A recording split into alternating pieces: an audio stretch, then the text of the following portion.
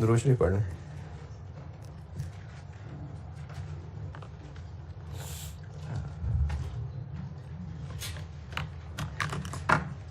अच्छा अभी वो ना एक सवाल में गलती हो गई थी, लाइन स्किप हो गई मुझसे, एक लाइन स्किप हो गई, वो लाइन लिख दूँ।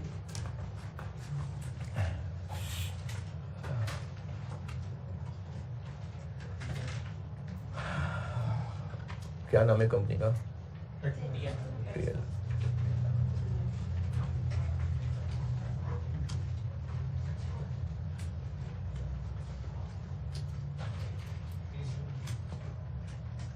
दो 2020।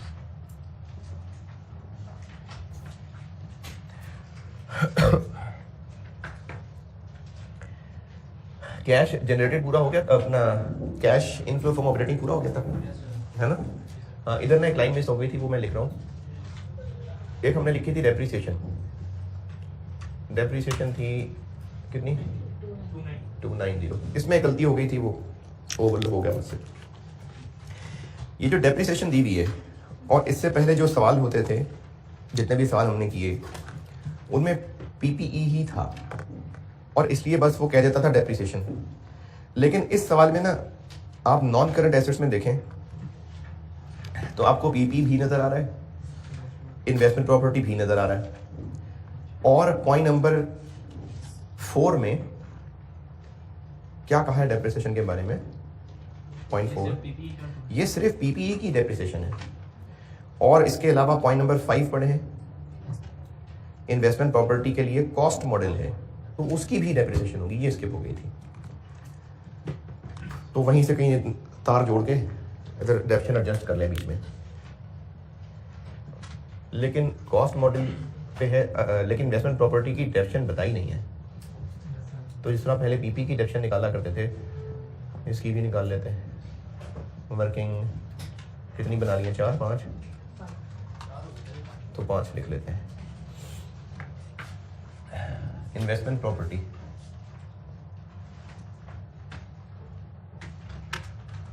ओपनिंग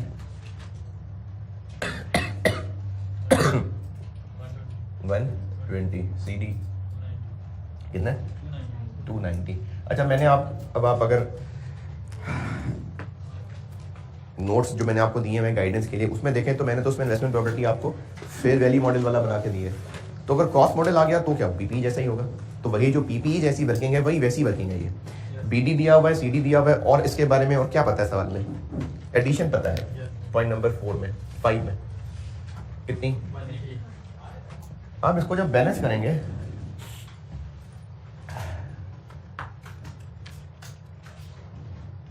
तो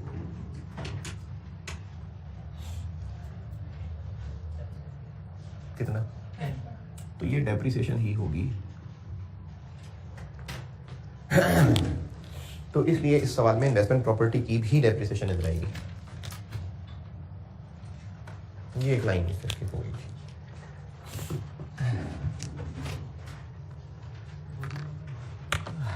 हाँ जी, क्या हुआ?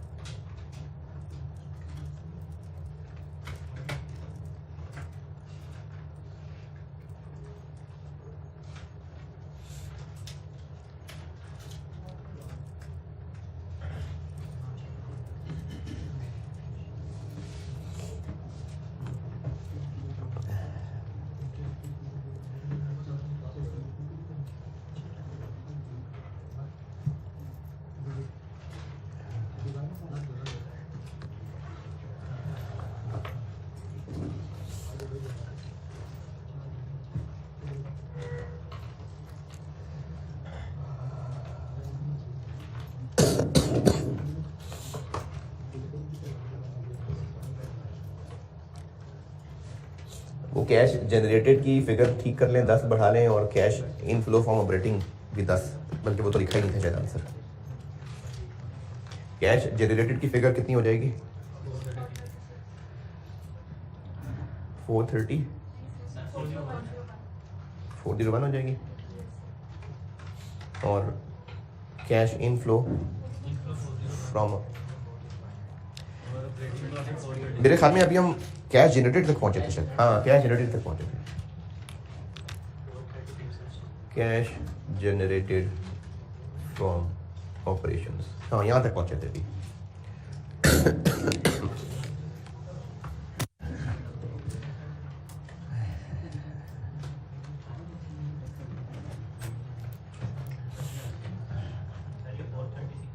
है नहीं भाई वो, हाँ ऑपरेटिंग प्रॉफिट की फिगर ठीक हो जाएगी, हाँ ऑपरेटिंग प्रॉफिट भी ठीक कर देना, उसके ऊपर हमने 10 ऐड किया, ऑपरेटिंग प्रॉफिट 436 आ जाएगा, और अब कैश जनरेटेड फ्रॉम ऑपरेशंस ये 401 आ जाएगा।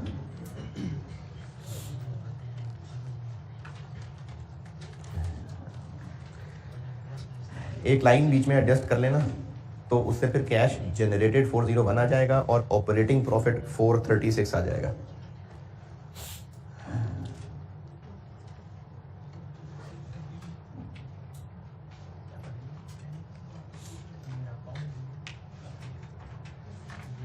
हाँ भाई 401 तक आगे।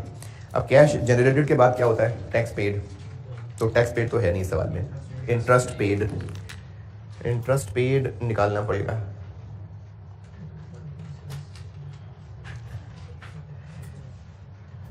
इंटरेस्ट पेबल का बीडी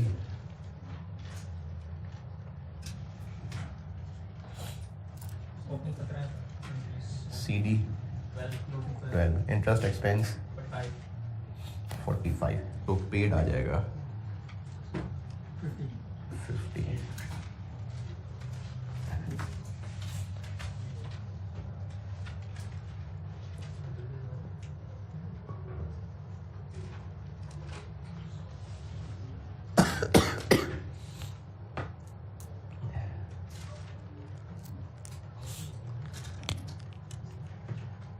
ये क्या लिख लिया मैंने, इन्वेस्टमेंट इनकम थी, चूंकि उसका कोई रिसीवेबल नहीं बताया, उसका कोई कहीं रिसीवेबल नहीं आ रहा ना, तो फिर उतनी ही मिल भी गई होगी, तो ऊपर इंटरेस्ट इनकम कह के लेस कर दिया था, इंटरेस्ट रिसीव्ड कह के ऐड कर दिया।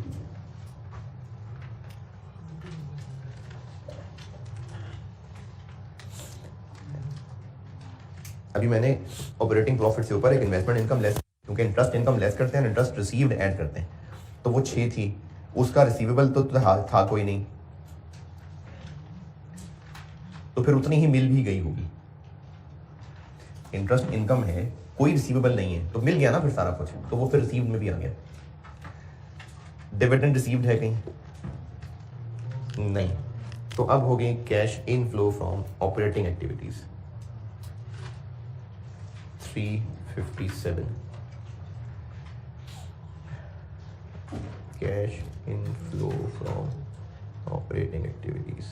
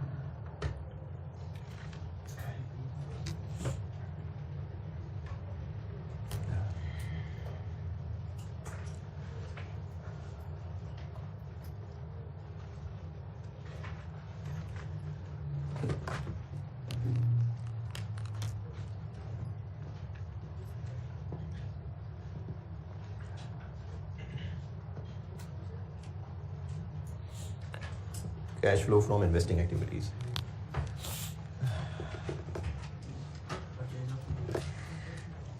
इसके लिए बनानी पड़ेगी पीपीई की वर्किंग।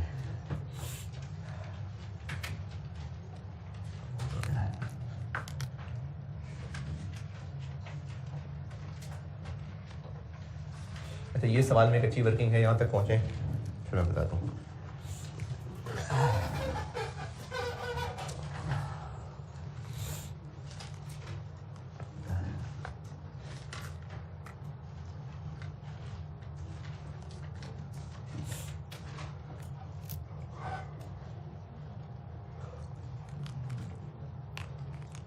अगर याद है तो ठीक है, नहीं तो एक नज़र मार लें तो बेहतर है। मैंने ना इस चैप्टर के शुरू में जब वो वर्किंग्स की प्रैक्टिस करा रहा था तो उसमें एक ट्रांजेक्शन बताई थी कि एक एसेट ख़रीदा और उसके बदले शेयर इशू कर दिए।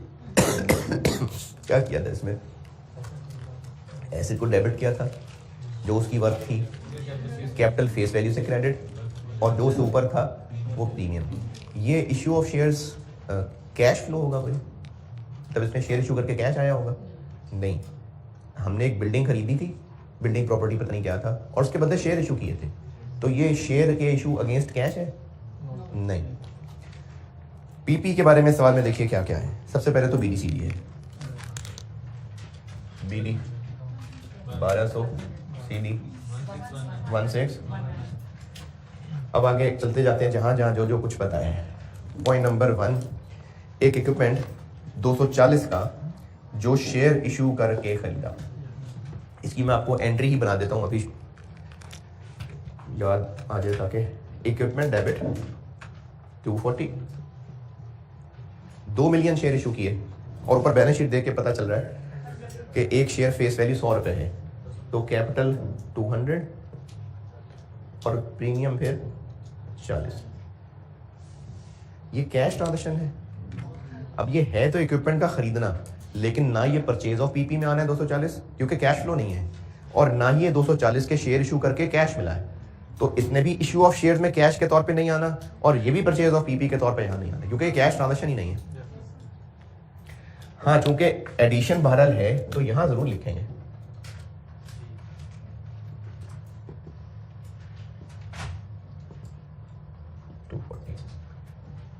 एडिशन ये है, इक्विपमेंट खरीदा, लेकिन ये नॉन कैश चीज है।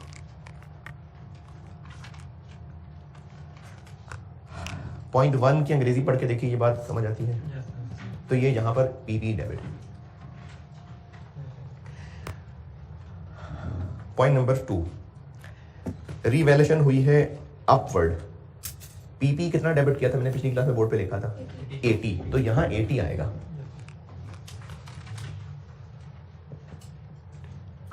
PP 80 debit.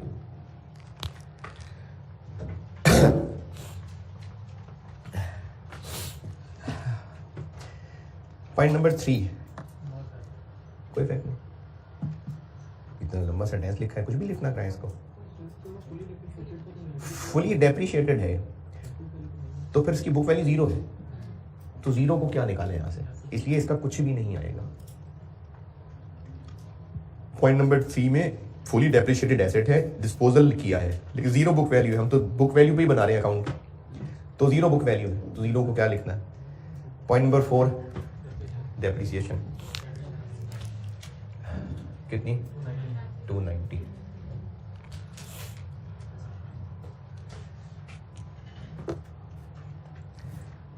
Point number 5, investment property. Point 6, interest expense. Point 7, investment. बस ये पीपी है।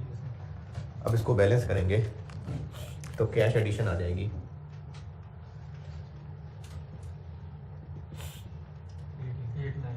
कितना जी? 389।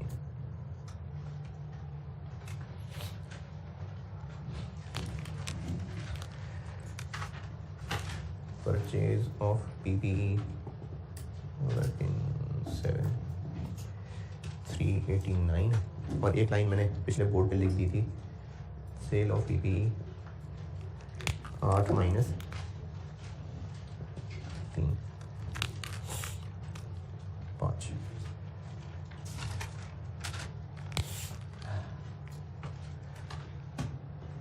ये पॉइंट 3 वाला।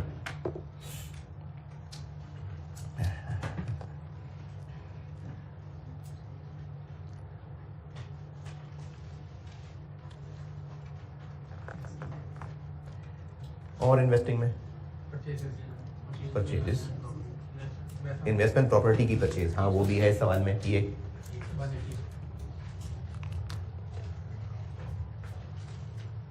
परचेज ऑफ इन्वेस्टमेंट प्रॉपर्टी, ये दिया हुआ है 180।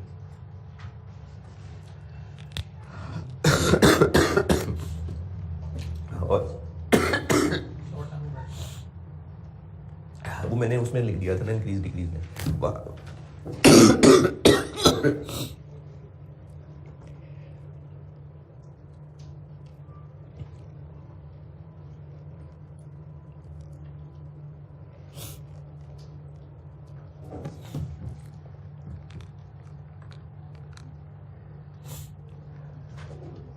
और इन्वेस्टिंग एक्टिविटीज के लिए आपको कहा था कि नॉन करंट एसेट्स को अच्छी तरह देख लें, तो बस ये दो ही थे।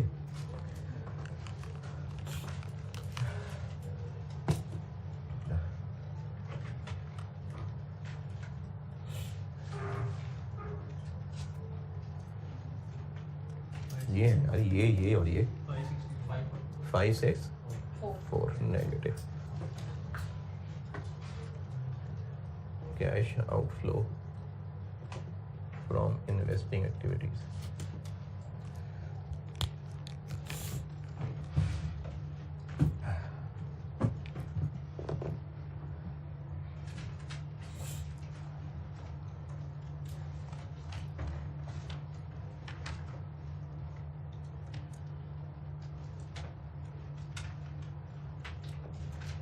अच्छा, हर कैश फ्लो के सवाल में कोई एक दो पॉइंट ही थोड़े ट्रिकी होते हैं, बाकी तकरीबन सारे एक ही जैसा सवाल है। यानी आप अगर इसकी प्रैक्टिस किए हुए हैं तो 70-80% हर एवरेज स्टूडेंट ले सकता है, लेने चाहिए हैं?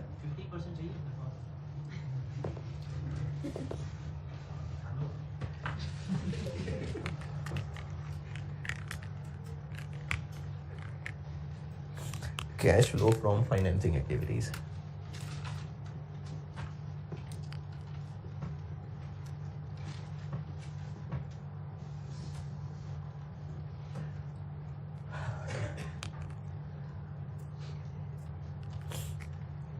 इसमें इशू ऑफ शेयर्स,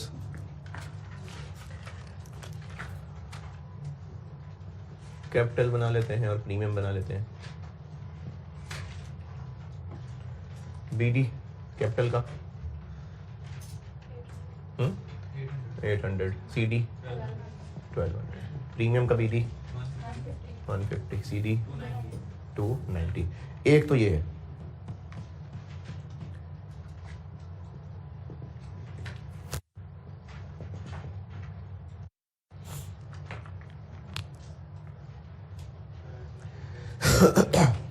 और इसके अलावा कहीं पर ऐसा कोई ट्रांजेक्शन बताई नहीं है, तो बस इसको बैलेंस करके देख लेते हैं। यकीनन नए ही इशू किए होंगे। यहाँ आ रहा है 200 और यहाँ आ रहा है 100, यानी टोटल 300।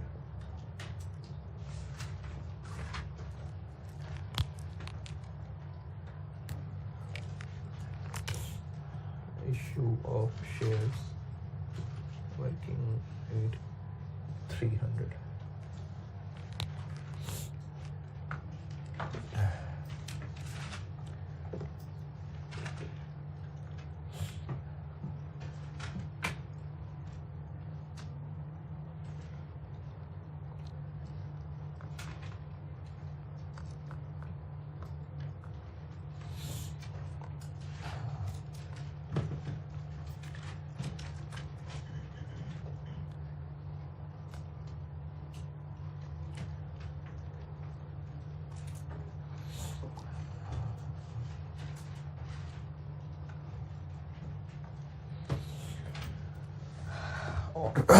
डिविडेंड पेड आता है।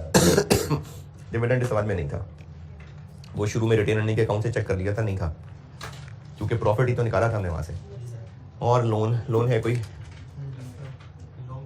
हाँ जी, लोन बिल्कुल है, और उसका करंट पोर्शन भी नीचे अलग से लिखा हुआ है।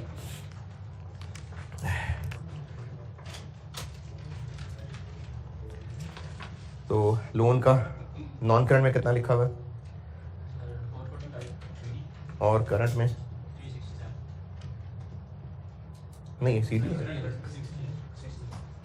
60 और नॉन करंट में सीडी और करंट पोर्शन में। अगर तो इन दोनों में से कोई एक बताया होता तो बैलेंसिंग करके दूसरा निकाले थे। इधर न्यू लोन होता है, इधर रीपेमेंट होती है। कुछ भी नहीं बताया हुआ, बैलेंस करके चेक कर लेते हैं।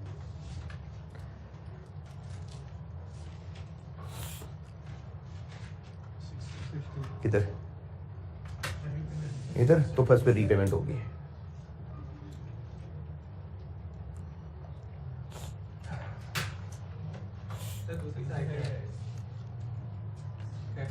क्रेडिट साइड पे यार क्या है? हाँ ये ज़्यादा बताए थे 500 तो। हाँ तो रीपेमेंट हो गया।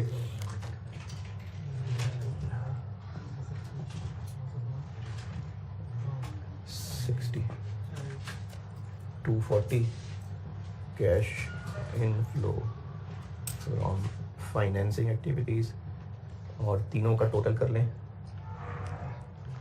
ऑपरेटिंग, इन्वेस्टिंग और फाइनेंसिंग का।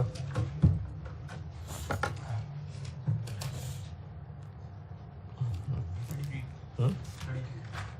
33।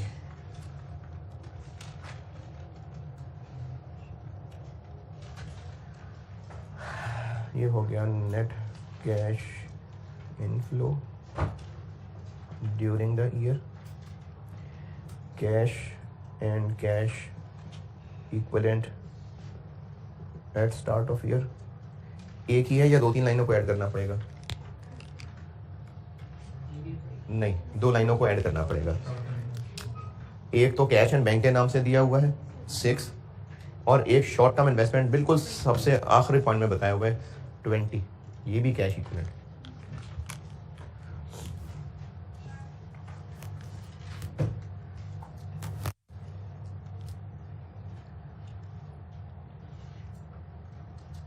$59।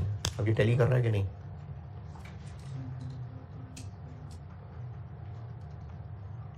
कर रहा है जी, क्योंकि कैश एंड बैंक 24 है और शॉर्ट टर्म इन्वेस्टमेंट में 35 है, तो बिल्कुल टैली कर रहा है। Cash and cash equivalent.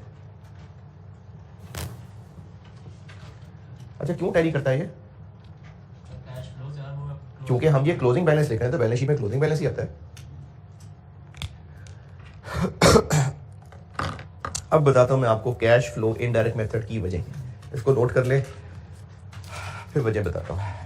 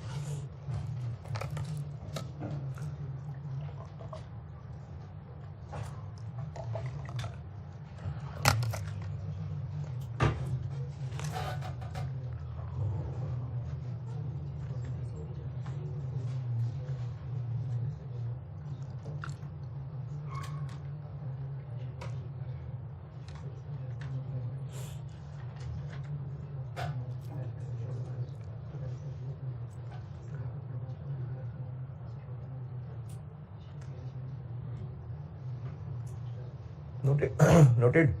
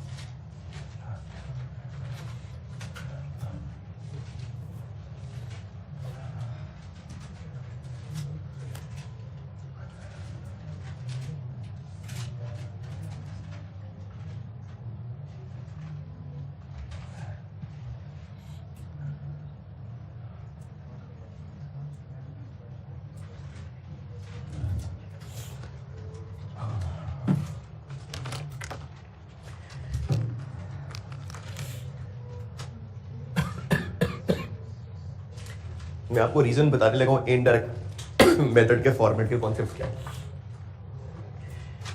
Direct method में हम लिखते हैं रिसीट्स फ्रॉम कस्टमर्स। कोई और अगर रिसीट्स हैं तो फॉर एग्जाम्पल अगर कोई रेंट रिसीव्ड है तो पेमेंट टू सप्लायर लिखते हैं,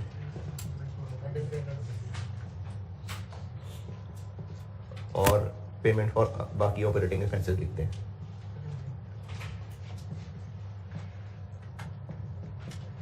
फिर आंसर आता है कैश जनरेटेड फ्रॉम ऑपरेशंस। और इसके बाद क्या होता है? टैक्स पेड, इंटरेस्ट रिसीव्ड,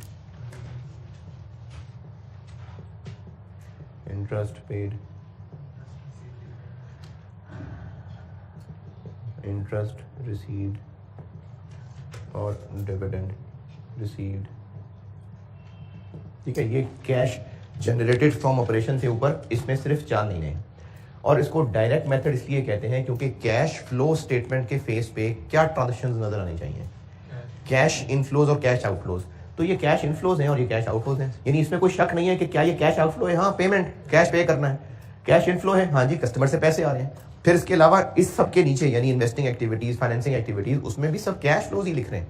तो डायरेक्ट मेथड का मतलब है जिसमें कैश इनफ्लोज आउटफ्लोज डायरेक्टली बताए जा रहे हैं कि ये कैश इनफ्लो है, ये आउटफ्लो है। इनडायरेक्ट मेथड में काफी सारी लाइनों के बाद जो कैश जनरेटेड फ्रॉम ऑपरेशंस है उसका आंसर यही होगा।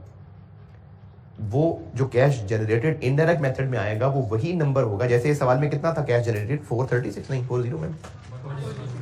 अगर इनडायरेक्ट मेथड से किया था तो 401 था, इससे करते तो भी 401 ही आना था क्योंकि कैश जनरेटेड फ्रॉम ऑपरेशंस इस बिजनेस का 401 था। तो डायरेक्ट मेथड से जो 4 लाइनों का आंसर आ रहा है वही इनडायरेक्ट मेथड से 400 लाइनों का आंसर आ रहा है। इसका मतलब है वो जो 400 लाइनें हैं वो हैं तो इन 4 ही के बराबर, यानी घुमा फिरा के बात फिर वो यही हो रही है।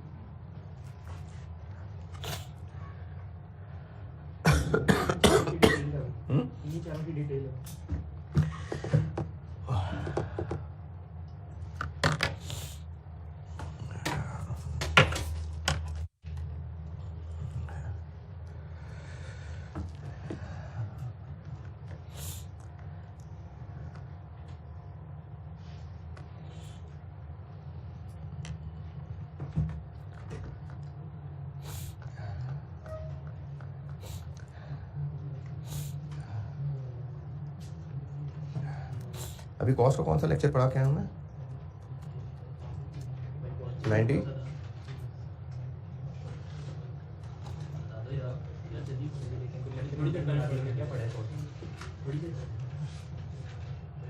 93 चलिए।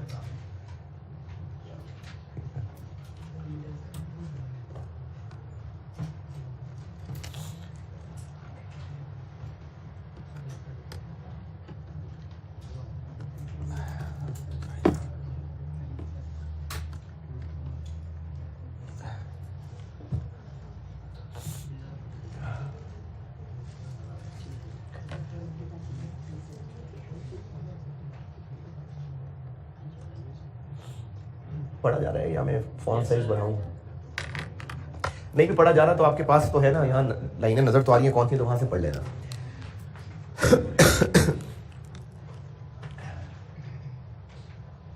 नहीं, ये कैश जनरेटेड फ्रॉम ऑपरेशंस है, ये दोनों बराबर होंगे।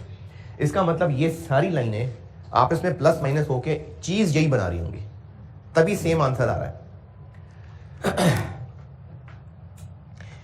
इनडायरेक्ट मेथड में स्टार्ट कहां से हो रहा है? प्रॉफिट बिफोर टैक्स से। इनडायरेक्ट मेथड में प्रॉफिट बिफोर टैक्स से स्टार्ट करते हैं और इसको एडजस्ट करते हैं। ये सारी एडजस्टमेंट्स हैं। ये जो यहां प्लस माइनस है ना, ये कैश इनफ्लो आउटफ्लो नहीं लिखा हुआ। डायरेक्ट मेथड में जो कुछ भी प्लस माइनस लिखा हुआ है वो सब कैश इनफ्लो और आउटफ्लो है, क्योंकि ये कैश फ्लो स्टेटमेंट है।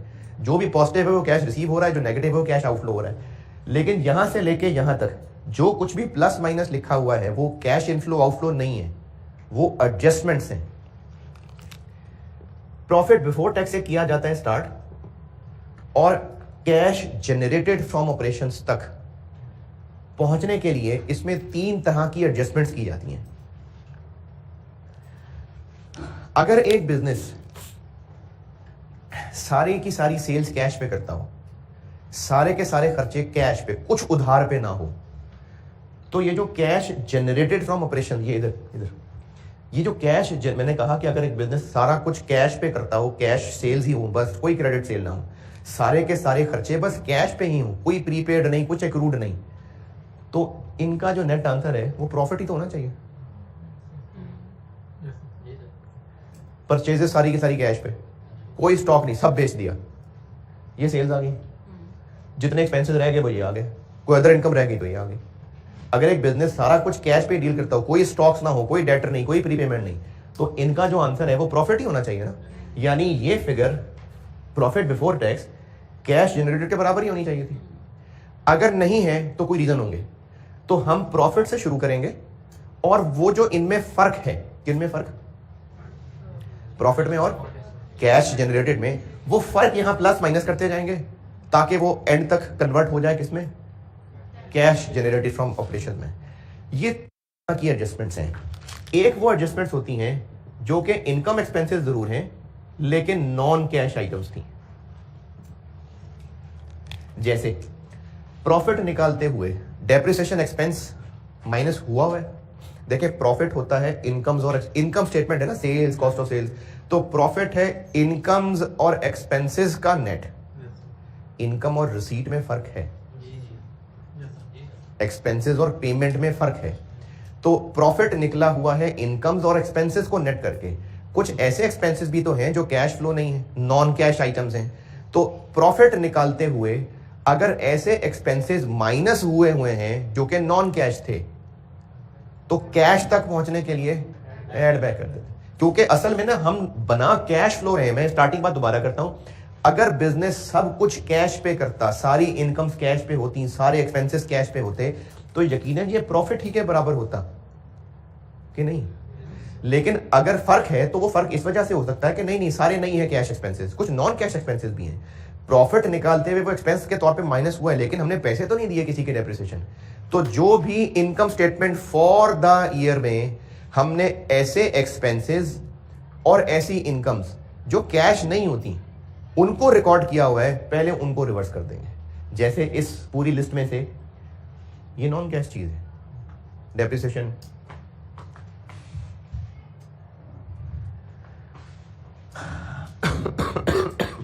डेप्रिसिएशन नॉन कैश है कि कैश है?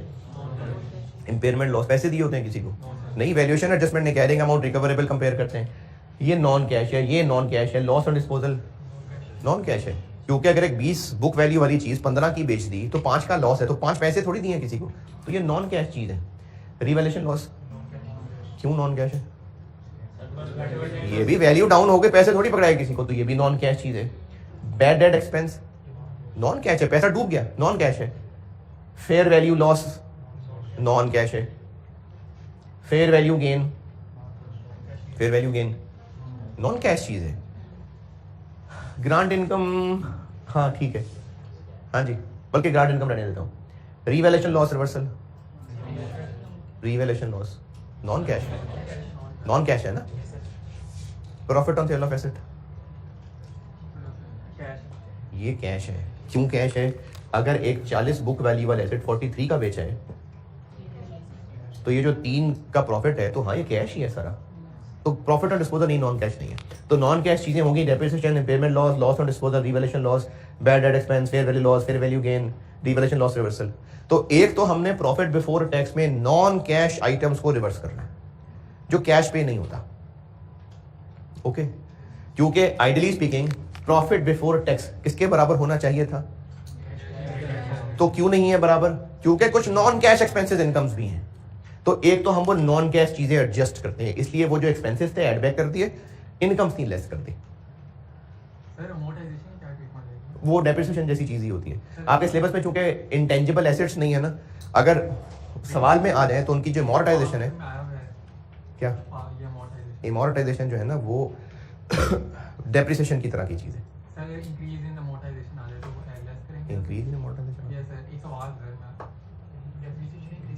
इंक्रीज इन अमाउंट जैसे वो पिछले साल से उसने कहा कि इंक्रीज हो गई है तो उन्होंने सब डिफरेंस लिया हमारा दिखाओ। अभी अच्छा, नॉन कैश चीजें प्लस माइनस ओके। दूसरी एडजस्टमेंट, इसके अलावा हम कुछ ऐसी चीजें भी एडजस्ट करेंगे जो हमने कैश जनरेटेड फ्रॉम ऑपरेशंस के बाद दोबारा कहीं ना कहीं दिखा देनी है। इस प्रॉफिट में कुछ ऐसी चीजें भी ऐड या लेस हुई हो सकती हैं जिन्होंने आगे सेपरेटली डील हो जाना है। जैसे ये जो 3 रुपए का प्रॉफिट है ऑन डिस्पोजल, ये इसके अंदर शामिल है या नहीं? 40 बुक वैल्यू वाला एसेट 43 का बेचा, 3 मिलियन का प्रॉफिट ऑन डिस्पोजल आ गया, इसके अंदर ये शामिल है या नहीं शामिल है? शामिल है। इसके अंदर 3 मिलियन शामिल है।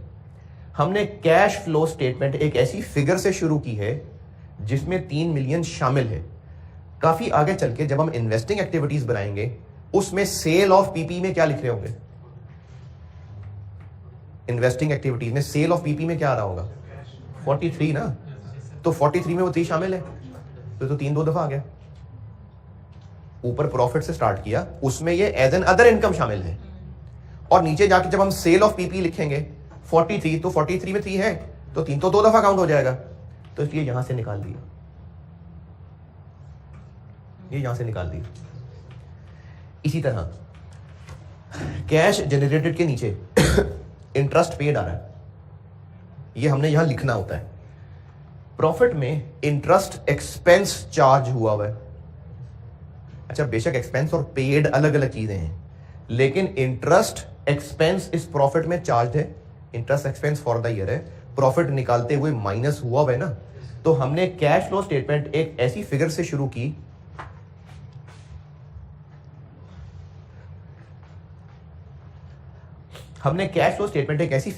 की जिसमें इंटरेस्ट एक्सपेंस चार्ज है।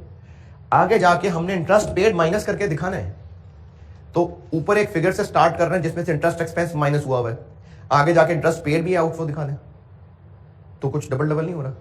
बेशक इंटरेस्ट एक्सपेंस और पेड 2 डिफरेंट चीजें हैं, लेकिन उस एक्सपेंस ही तो थोड़ा बहुत पे हो रहा होगा, और अगर ओपनिंग इंटरेस्ट पेबल का क्लोजिंग कुछ भी नहीं है, तो जितना इंटरेस्ट एक्सपेंस है उतना ही पेड है ना, तो ऊपर इंटरेस्ट एक्सपेंस भी आ रहा है और इधर आगे चल के इंटरेस्ट पेड भी आ रहा है।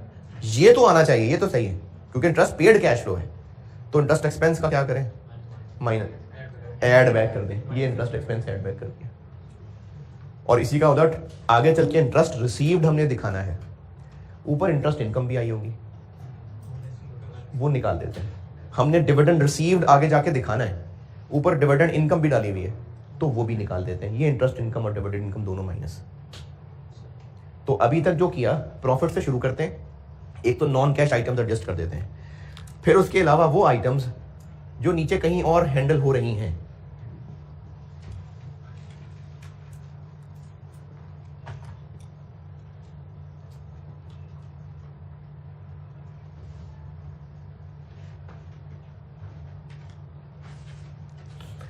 जिनको कैश फ्लो में हमने सेपरेटली बाद में करना है यूज अलग से, इंटरेस्ट रिसीव्ड अलग से दिखाना है, तो फिर इंटरेस्ट इनकम पे ऊपर क्यों रहे, इसलिए निकाल देते हैं। इंटरेस्ट पेड अलग से दिखाना है, इसलिए इंटरेस्ट एक्सपेंस ऐड बैक कर देते हैं। टैक्स एक्सपेंस क्यों नहीं ऐड बैक किया, वो भी तो टैक्स पेड अलग से दिखाना है, क्योंकि हमने शुरू ही प्रॉफिट बिफोर टैक्स से किया था, प्रॉफिट बिफोर टैक्स, इसलिए कोई टैक्स एक्सपेंस नहीं ऐड बैक करना, बस इंटरेस्ट एक्सपेंस और इंटरेस्ट इनकम ही रिवर्स करना। इनमें से क्या रह गया?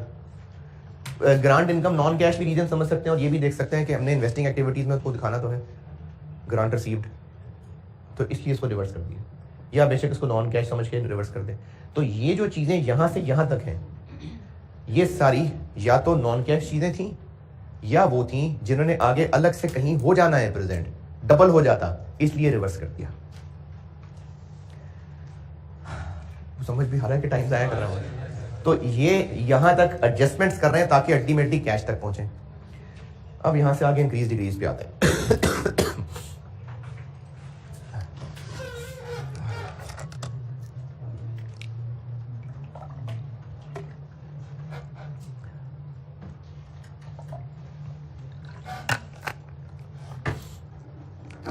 कोई इख्तलाफ है तो पूछ लो यार, पूछ लो। कौन सा सवाल है? प्रीलिमिनरी आई एक्सपेंस दिखा तो उन्होंने लिखा था कि अमोर्टाइजेशन इसका ये प्रिलिमिनरी का कॉन्सेप्ट ही नहीं होता अब ना, ये होगा तो कोई बहुत पुराना, बहुत 1900 समथिंग का सवाल होगा शायद, किसी पुरानी इंडियन किताब से उठाया होगा, बट प्रिलिमिनरी एक्सपेंसेस का कॉन्सेप्ट नहीं होता। यहाँ तक मैं बताएं कोई इख्तलाफ है तो? No sir. यहाँ से आगे चलते हैं। ये इनमें से मैं एक नहीं, चलो दो समझा देता हूँ, बाकी पे फिर ऐसे ही मान लिया।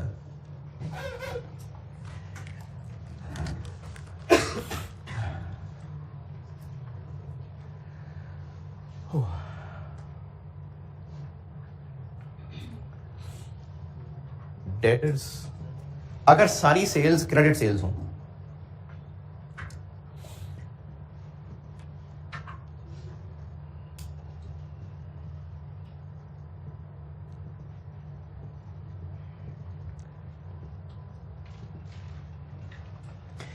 अगर सारी सेल क्रेडिट सेल्स हों तो रिसीव्स फ्रॉम कस्टमर्स यही होगा, डेटर्स वाला ही। इसमें से असल कैश फ्लो क्या है? रिसीट्स। असल कैश फ्लो ये है, और डायरेक्ट मेथड करते तो इसी को ही कैश फ्लो लिखते, लेकिन अगर this plus this minus this कर लें तो रिसीट्स ही आ जाएंगे ना, कोई इख्तलाफ परेशानी तो नहीं। इन रिसीट्स तक पहुंचने का एक और तरीका ये हो सकता है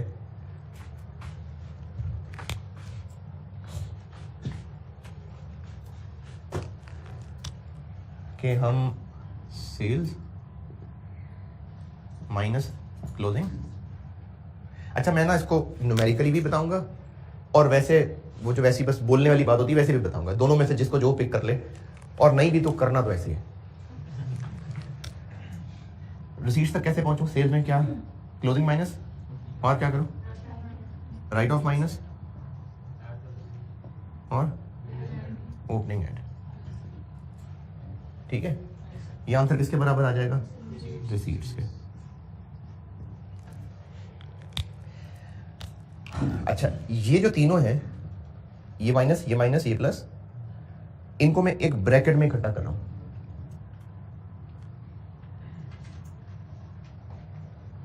क्लोजिंग, इसको भी अंदर ब्रैकेट में डाल लें, प्लस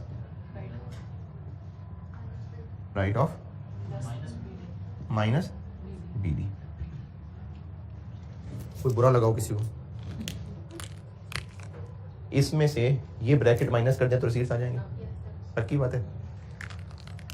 अगर ये क्लोजिंग इससे ज्यादा है, यानी ये चीज इससे ज्यादा है, तो इंक्रीज इन डेटर्स है, इसको decrease in debtors. Closing debtors opening से ज्यादा है तो इंक्रीज के डिक्रीज, इंक्रीज, यानी ये चीज इंक्रीज इन डेटर्स हो गई। अगर ये इससे ज्यादा है तो इंक्रीज है ना, अगर ये ज्यादा है तो इसको इंक्रीज कहें कि नहीं? यानी minus increase. Sales minus increase in debtors किसके बराबर है? रिसीट्स के। हमने कैश फ्लो की फिगर एक पीबीटी से शुरू की है, सेल्स इसमें ऑलरेडी है कि नहीं है? सेल्स का इफेक्ट इसमें ऑलरेडी है, बस हम ये लाइन और लिख दें तो इसमें छुपी हुई सेल्स को ये लाइन लिखना रिसीट्स में कन्वर्ट कर देगा। हमने सेल्स में सिर्फ ये लाइन ही लेस करनी है और रिसीट्स बन जानी है, तो प्रॉफिट बिफोर टैक्स में सेल्स नहीं शामिल है, सेल्स कॉस्ट ऑफ सेल्स, तो इसमें सेल्स ऑलरेडी हैं, बस सिर्फ ये लाइन और लिखेंगे तो वो सेल्स को रिसीट्स में बदल देगा। ये रही वो line, minus increase in debtors, minus increase in debtors. तो ये लाइन इसलिए लिखी कि ऊपर छुपी सेल्स को ये लाइन रिसीट्स में बदल देगी, तो इधर सेल्स ये मिली, साथ वो सब कन्वर्ट होकर रिसीट्स बन गए।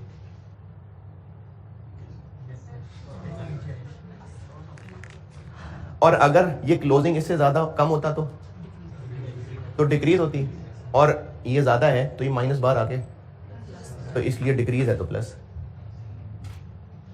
तो अगर डेटर्स की इंक्रीज है तो माइनस, डिक्रीज है तो प्लस, और ये इसको ऊपर छुपी सेल्स को रिसीट्स में कन्वर्ट कर रहा है। ओके, अच्छा इसको मैं एक और स्टेटमेंट फॉर्म में एक चीज बताता हूं। डेटर्स इंक्रीज होने का मतलब है ओपनिंग कम थे, क्लोजिंग ज़्यादा है। ओपनिंग कम थे, क्लोजिंग ज़्यादा है, तो इसका मतलब है कि जितनी सेल्स इस साल हुई पैसे उनसे कम मिले कि ज़्यादा मिले? दोबारा सुनो, ओपनिंग डेटर्स कम थे, क्लोजिंग और ज़्यादा हो गए, तो इसका मतलब है कि जो ओपनिंग थे वो तो कोई नहीं मिले, नई सेल्स में से भी नहीं मिले, यानी कम मिले ना, तो सेल्स में से इंक्रीज माइनस कर दी ताकि कैश तक पहुंच जाए।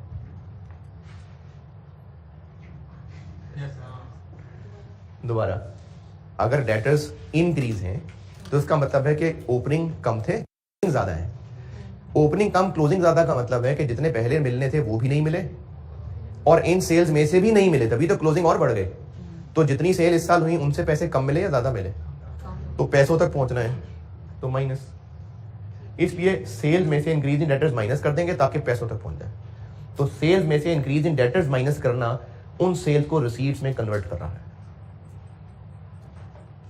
और अगर डेटर्स डिक्रीज हो रहे हैं इसका मतलब ओपनिंग जो थे वो तो मिल ही गए, पुराने तो मिल ही गए, नए में से भी और मिल गए, तो इसलिए कैश ज्यादा है, तो इसलिए डिक्रीज इन डेटर्स ऐड कर रहे होते हैं।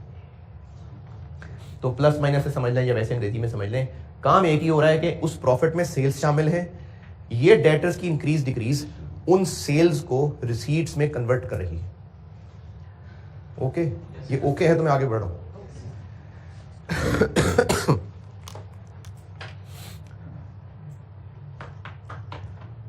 इंश्योरेंस बताता हूं, ओपनिंग प्रीपेड, पेमेंट, एक्सपेंस और क्लोजिंग। अच्छा, अब मैं प्लस माइनस नहीं बताऊंगा, जो मैंने आपको ये चीज बता दी ना कि सेल्स और डेटर्स की एडजस्टमेंट इनको रिसीट्स में कन्वर्ट कर दिया, मैं उसी तर्ज में बोलता हूं। इनमें से कैश फ्लो क्या है? ये कैश फ्लो है, इनमें ये कैश फ्लो है। इस तक पहुंचना है तो इसमें ये दोनों एडजस्ट कर दें। कैश ये है, अगर इसमें प्री पेमेंट का डिफरेंस प्लस माइनस कर दें तो ये बन जाएगा कि नहीं? एक्सपेंस की फिगर में प्रीपेड, ओपनिंग, क्लोजिंग का डिफरेंस, इनफैक्ट इन तीनों को प्लस माइनस करें तो पेमेंट बन जाएगी ना। तो insurance expense for the year इसमें ऑलरेडी है,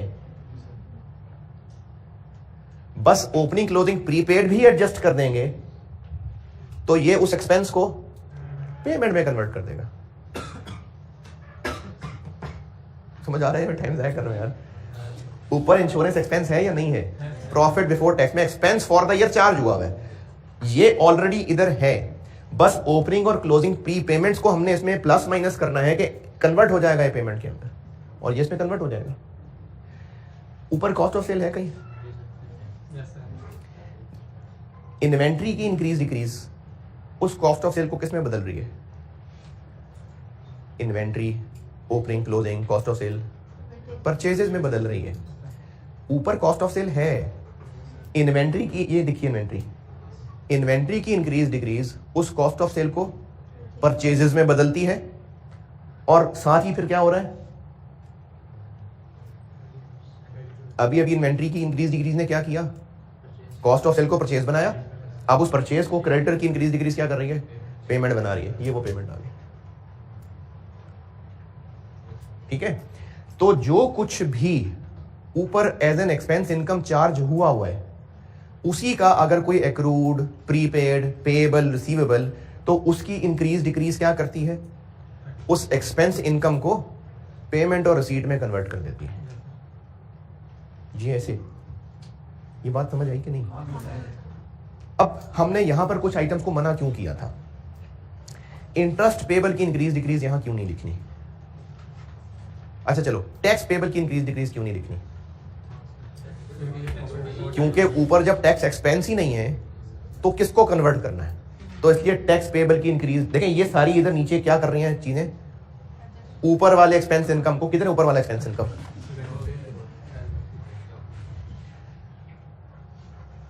ऊपर वाला एक्सपेंस इनकम किधर है? ये प्रॉफिट के अंदर आ रहा है, तो ये वाला पोर्शन क्या कर रहा है?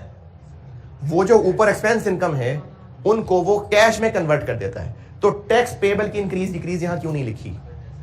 जब टैक्स एक्सपेंस, हमने तो पीबीटी से शुरू किया है, जब टैक्स एक्सपेंस ही नहीं है तो फिर पेमेंट में इसने किसको कन्वर्ट करना था? इंटरेस्ट पेएबल की इंक्रीज डिक्रीज क्यों नहीं है? क्योंकि हमने प्रॉफिट बिफोर टैक्स में इंटरेस्ट एक्सपेंस ऐड बैक करके रिवर्स कर दिया उसको। ये इंटरेस्ट एक्सपेंस ऐड बैक कर दिया ना, तो उसको रिवर्स कर दिया। जब इंटरेस्ट एक्सपेंस को ही रिवर्स कर दिया तो अब क्या बचा जिसको पेमेंट में कन्वर्ट करना था? इसलिए इंटरेस्ट पेएबल भी यहां लिखने की जरूरत नहीं है। इंटरेस्ट रिसीवेबल को क्यों नहीं इंक्रीज डिक्रीज लिख रहे? उसका भी हमने सेम काम किया कि इंटरेस्ट इनकम को रिवर्स कर दिया, डिविडेंड इनकम को रिवर्स कर दिया। जब हमने इंटरेस्ट इनकम डिविडेंड इनकम दोनों को रिवर्स कर दिया, खत्म कर दिया यहां से, तो फिर उनके इंटरेस्ट रिसीवेबल डिविडेंड रिसीवेबल की भी एडजस्टमेंट की जरूरत नहीं रही। बाकी डिविडेंड पेएबल को क्यों नहीं लिखा यहां? डिविडेंड पेएबल, अरे वो कोई एक्सपेंस थोड़ी होता है जिसको से पेमेंट में कन्वर्ट करना है, वो तो रिटेन अर्निंग से बांट रहे होते हैं। ऊपर कौन सा एक्सपेंस है जिसको डिविडेंड पेएबल ने पेमेंट में कन्वर्ट करना है? ये सारी लाइनें क्या कर रही हैं यहां पर? ये सारी लाइनें वो हैं, एक स्कूल के बाहर जो गाड़ियां जो रिक्शे जो लेने पहुंचे हैं वो वही माँ बाप लेने पहुंचे हैं जिनके बच्चे स्कूल में हैं। तो ये जो यहां पर चीजें लेने पहुंची हुई हैं इनको, ये सब वो चीजें हैं जिनका कोई ना कोई मिलने वाला ऊपर एक्सपेंस इनकम में मौजूद है, तो फिर ये उनको पेमेंट रिसीट में कन्वर्ट कर देते हैं। जिनका ऊपर है ही कोई नहीं, उनको यहां लाके क्या करना है? ऊपर डिविडेंड एक्सपेंस होता है कोई, तो इसलिए डिविडेंड पेएबल का यहां क्या काम है? ऊपर टैक्स एक्सपेंस था, तो इसलिए टैक्स पेएबल का क्या काम था? इसलिए हमने उन चीजों को यहां नहीं लिखा। अच्छा, कैश और कैश इक्विवेलेंट की इंक्रीज डिक्रीज क्यों नहीं दिखा रहे? ये सारी कैश फ्लो स्टेटमेंट उसकी इंक्रीज डिक्रीज ही तो है। ये सारी कैश फ्लो स्टेटमेंट क्या है? ये कैश की इंक्रीज डिक्रीज ही है। तो वो तो वैसे ही सारी स्टेटमेंट बन रही है, उसको यहां दोबारा क्या करना है यार? ये सारी कैश फ्लो स्टेटमेंट क्या चीज है? कैश बैंक बैलेंस का इंक्रीज डिक्रीज है ना, तो उसको दोबारा थोड़ी इंक्रीज डिक्रीज की लाइन आइटम दिखानी है, इसलिए कैश इक्विवेलेंट को भी नहीं दिखाते। और क्या रह गया? हाँ, 2 दफा आई अब ये बात। अभी पिछले सवाल में भी ऐसा ही था, और वो 18 लाख उसमें भी ऐसा ही था।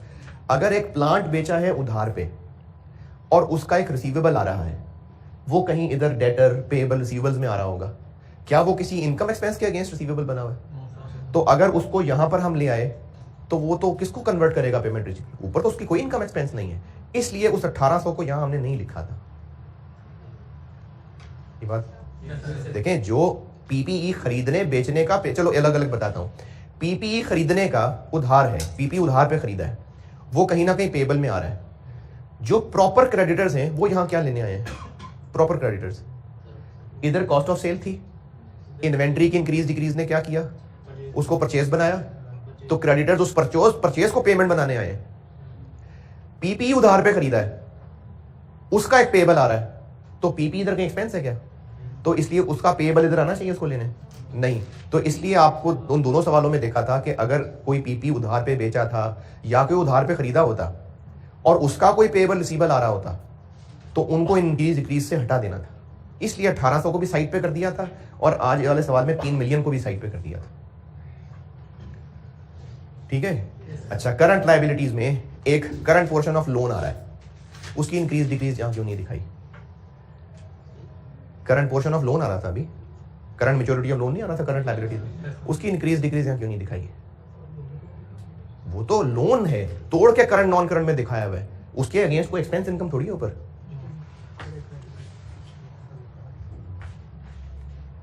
देखें, करंट लायबिलिटी में एक लोन आ रहा है, वो तो कैश लोन मिला हुआ है, वो नीचे फाइनेंसिंग में दिखाना है हमने, क्या उससे रिलेटेड ऊपर कोई एक्सपेंस इनकम है?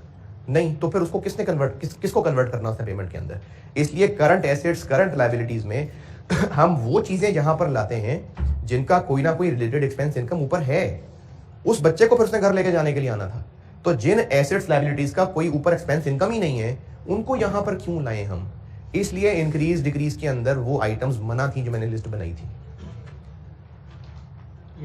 ठीक है, पक्की बात है। ये हो गई सारी रीजंस, वजह सारी के क्यों करते हैं ऐसा। इसमें कोई सवाल पूछना आपने तो पूछे।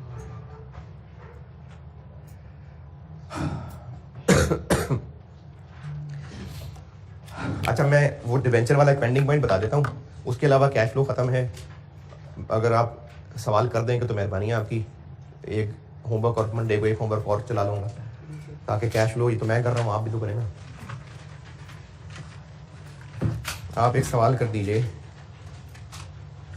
मैंने 4 भी कर दिया क्लास में।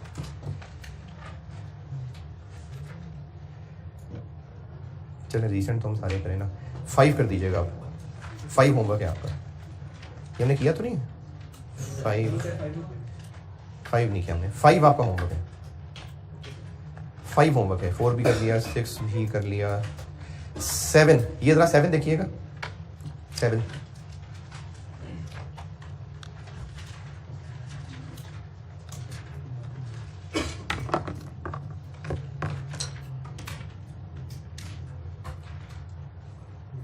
क्वेश्चन नंबर 7 पहुंचे। 8 नंबर। एक इंटर्नी ने अभी ज्वाइन किया है और उसने ना कुछ सवाल पूछे हैं आपसे। पॉइंट नंबर 1 नहीं, यस सर नहीं, पॉइंट 1 पढ़े ना। वो पूछ रहा है कि डेप्रिसिएशन तो कैश फ्लो नहीं है, तो फिर अंकल ये कैश फ्लो में क्यों आ रहा होता है? तो ये उसने आपसे पूछा बच्चे ने। तो वो पूछ रहा है कैश फ्लो में फिर ऐड क्यों हो रहा है ये? हाँ, तो उसका जवाब हम ये देंगे कि हमने चूंकि कैश फ्लो नेट प्रॉफिट से स्टार्ट किया है, उसमें वो एज एन एक्सपेंस चार्ज किया हुआ है और हम उस प्रॉफिट को कैश जनरेटेड तक पहुंचा रहे हैं, इसलिए as a non cash item इसको हम ऐड बैक कर रहे होते हैं। ये उसको हमने प्यार से समझाना।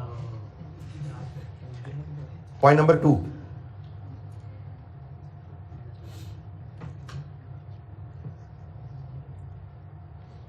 वो कहते हैं जी कि एक कंपनी ने तो इंटरेस्ट पेड को फाइनेंसिंग में दिखाया है और एक और कंपनी ऑपरेटिंग एक्टिविटीज में दिखा रही है।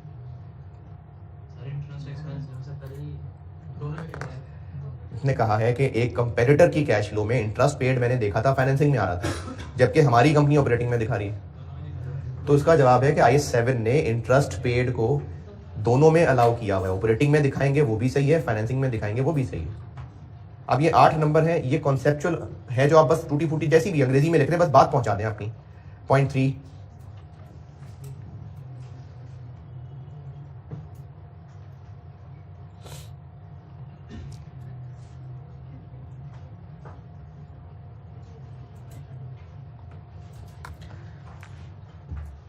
वो कह रहा है कि चीजें तो हम सारा साल खरीदते रहे हैं, लेकिन कैश फ्लो में हम सिर्फ डिक्रीज इन इन्वेंट्री दिखा रहे हैं। ये क्या बात है?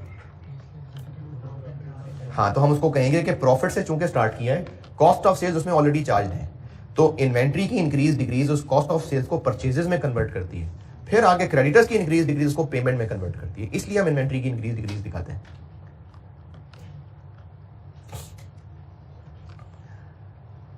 अब इस मैं तो खैर जब से कैश फ्लो पढ़ा रहा हूँ रीजन बताता होता हूँ। इससे पहले, इस अटेम्प्ट से पहले मैं जब ये रीजन बताता था और वो बच्चे जो आपकी तरह मुंह बना के बैठे होते थे, अब जब ये सवाल आया होगा पेपर में फिर मुंह बना के बैठे होंगे। पॉइंट नंबर 4,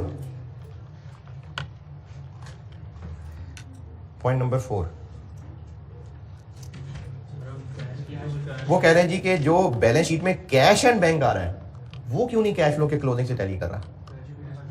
क्योंकि बैलेंस शीट में कैश एंड बैंक तो एक चीज है, लेकिन कैश फ्लो में कैश एंड कैश इक्विवेलेंट है, उसमें और चीजें भी होती हैं, शॉर्ट टर्म इन्वेस्टमेंट भी होती हैं, इसलिए टैली नहीं कर रहा। चलो मुबारक, 8 नंबर आ गए आपके। चलें, एक सवाल ये मैंने आपको क्वेश्चन 6 का है, नहीं 7 तो कर लिया ना, 7 तो हो गया ना। होमवर्क क्या का है? 5 का है। तो एक सवाल ये कर दीजिए, फिर मंडे को ये डिस्कस करके फिर एक सवाल और होमवर्क दे दूंगा। तो कैश फ्लो बस फिर खत्म है। डिवेंचर वाला कोई पॉइंट जानना चाहे तो बैठ जाए, जिसने जाना है चला जाए। डिवेंचर वाला जो एक पॉइंट था, क्वेश्चन नंबर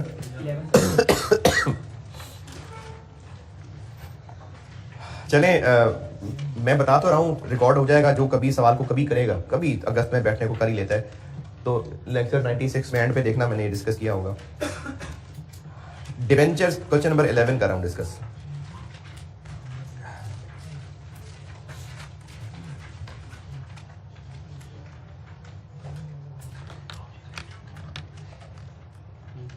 कुछ नहीं। डिवेंचर्स बैलेंस शीट में क्वेश्चन नंबर 11 जिन्होंने किया है तो वो तो अभी ध्यान से सुन लें, बाकी जिसने जाने बेटे कोई मतलब नहीं चले जाए, रिकॉर्ड तो हो ही रहा है, आप देख लीजिएगा जब करना होगा। तो बैलेंस शीट में डिवेंचर्स आ रहे हैं कितने आ रहे हैं? 16 में 20,000 और 17 में 18,000 के 100 रुपए का एक है। जिस तरह एसेट बेचते हैं तो उस पर प्रॉफिट या लॉस हो सकता है। हमने डिवेंचर वापस करने थे, हो सकता है कि डिवेंचर वापस करने थे उससे ज्यादा या कम पैसे दे दें। डिस्काउंट का क्या मतलब है? डिवेंचर वापस करते हुए डिस्काउंट, देखें डिवेंचर है, कंपनी ने लोन लिया हुआ है, अगर हम पैसे उससे ज्यादा वापस कर दें या कम वापस कर दें तो डिस्काउंट का वर्ड किसके लिए यूज होगा? कम के लिए। तो इसमें पॉइंट नंबर 4 में लिखा हुआ है कि हमने ड्यूरिंग द ईयर कुछ डिवेंचर्स रिडीम किए थे, वापस किए थे, और 10 रुपए उस पर डिस्काउंट था। तो ये कंपनी के लिए इनकम है कि एक्सपेंस है? देखिए लोन वापस किया और कम वापस करके जान चुके, इनकम है, तो इसलिए ये अदर इनकम में आ रहा था। जिस तरह एसेट बेच के प्रॉफिट कमाना, हम इनडायरेक्ट मेथड सवाल सॉल्व करते हुए क्या करते हैं, उसको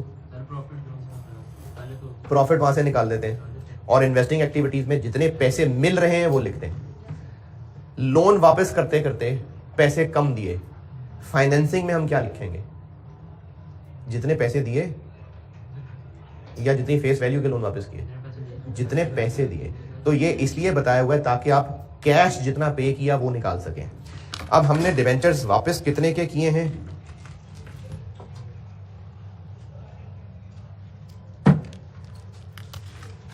$20,000 पहले थे, 18,000 अब हैं, और ये रुपीज इन थाउजेंड्स हैं। एक डिवेंचर 100 रुपए का, कितने डिवेंचर्स? ब्रैकेट में लिखा होगा बैलेंस शीट में, ऊपर बैलेंस शीट में लिखा हुआ है 2 लाख रुपए। ये मैंने 3 जीरो लगा दिए सर, 20 लाख, 2 लाख नहीं सॉरी, 20 मिलियन रुपए और 18 मिलियन रुपए। 100 रुपए का एक। डिवेंचर्स कितने?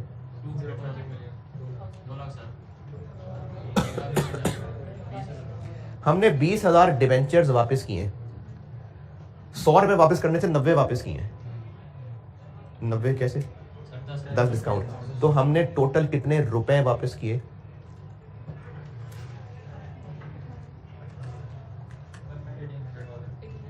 ये फाइनेंसिंग एक्टिविटी में रीपेमेंट ऑफ लोन में आएगा कि हमने इतने रुपए वापस किए। ये असल में ना सवाल है FAR 2 का, उसमें बच्चों ने लीजेस भी पढ़ी होती थी, तो इसलिए थोड़ा हाई लेवल की एडजस्टमेंट थी, तो इसलिए इस एडजस्टमेंट को ज्यादा दिल पे नहीं लेना आपने। नहीं, ये उस दौर में FAR 2 में होता था टॉपिक कैश फ्लो, उसके बाद फिर इसमें आया था FAR 1 में।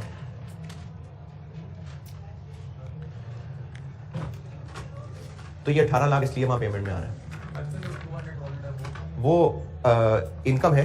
अगर ये इनडायरेक्ट मेथड का सवाल होता तो उसको हम ऊपर PBT में से लेस करते, जैसे प्रॉफिट एंड डिस्पोजल लेस करते हैं, इसको लेस करते हैं, लेकिन क्योंकि डायरेक्ट मेथड का था तो इसलिए उसको कुछ नहीं किया। चलिए ठीक है जी, अल्लाह हाफिज़।